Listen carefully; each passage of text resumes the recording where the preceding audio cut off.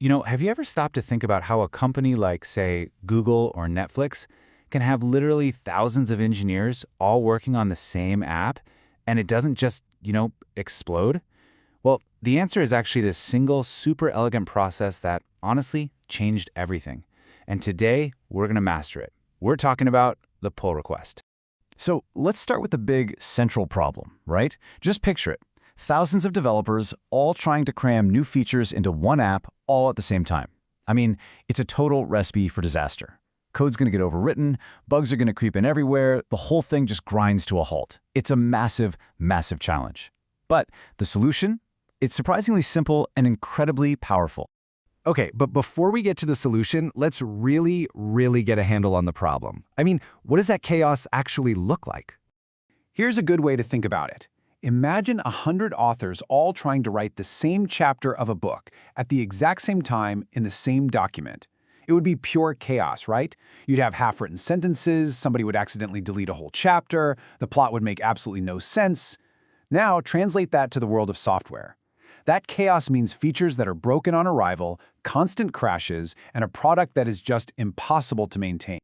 So, how in the world do you bring order to that kind of chaos? Well, the very first step is to create a shared, central space for everyone to collaborate. Think of it like a digital roundtable, where everyone can see the official, master copy of the project.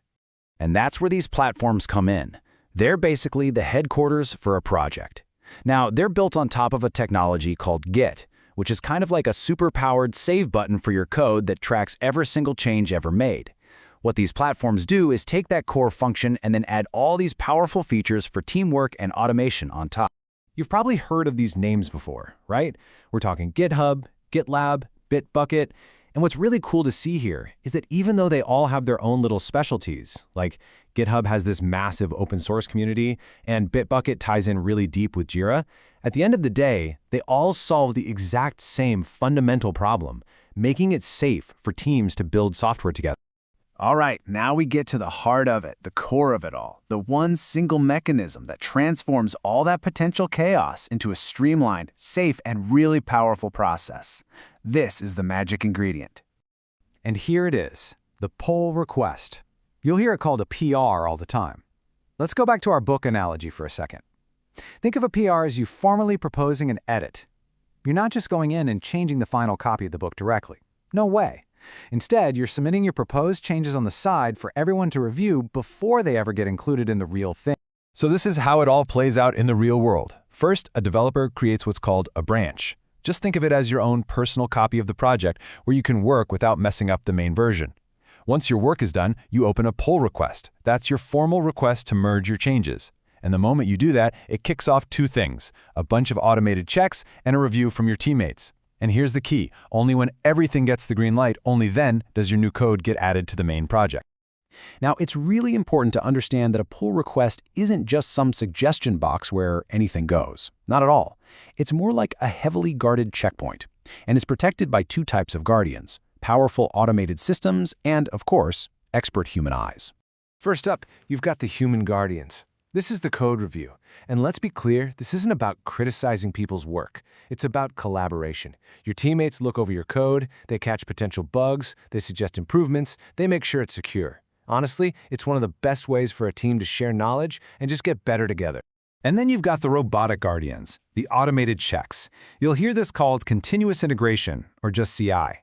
The best way to think about this is like a tireless robot that every single time new code is proposed, it just springs into action and runs a whole suite of tests.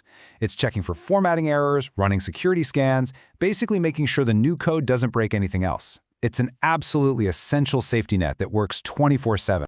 So here's the most crucial point of all. If either the human reviewers ask for changes, or the automated checks find a problem, the whole process stops, dead in its tracks. The code cannot be merged. It is completely blocked until every single one of those issues is fixed. That is the core safety mechanism right there. And you know what? This isn't just based on trust or hoping people do the right thing. Nope, it's enforced by hard, concrete rules called branch protection. These rules make it technically impossible to merge code that hasn't been approved or has failed its tests.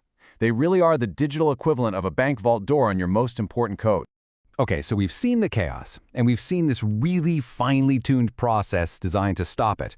But what's the actual real-world payoff here?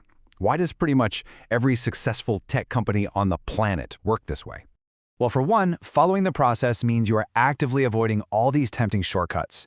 I mean, pushing your code directly to the main branch or skipping a code review, it might feel faster in the moment, right? But those actions almost always, and I mean always, lead to bugs, outages, and way bigger headaches down the road. On the flip side, when you really embrace these best practices, it's a total game changer. For example, keeping your pull requests small and focused on just one thing makes them way faster and easier for your team to review. And writing a clear description of why you made the change, that gives everyone crucial context. It's these little habits that build a fast, safe, and super efficient team. And this right here is the ultimate takeaway. This whole process isn't just about making life easier for developers. A good pull request workflow has a direct, measurable impact on the business itself. We're talking higher quality software, fewer bugs making it out to your users, and the confidence to release new features safely. It is a win for absolutely everyone. Ultimately, it all boils down to this. This isn't just some abstract technical thing we're talking about. When you master the pull request workflow, you are mastering the fundamental way that modern, professional engineering teams build and deliver reliable software day in and day out. So the real question isn't just how do they do it, it's how can you apply this same discipline to your own work.